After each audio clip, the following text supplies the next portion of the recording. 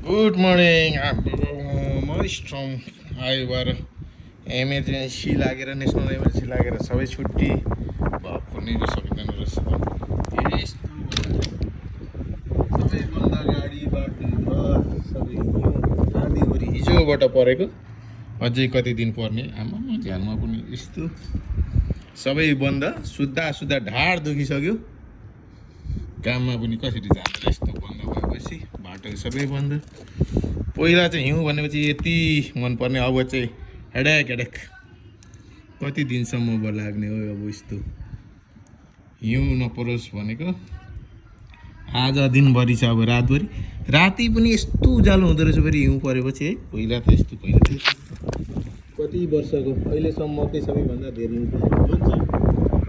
कहाँबाट आयो? क्यानाडाबाट सबै हावाहुरी यता पनि आएकै हो न्युयोर्कतिर। अब हिउँ खत्तम छ, यालभित्र छिरेर खत्तम, हिउँदली खत्तम, यता गाडी कुरेर खत्तम।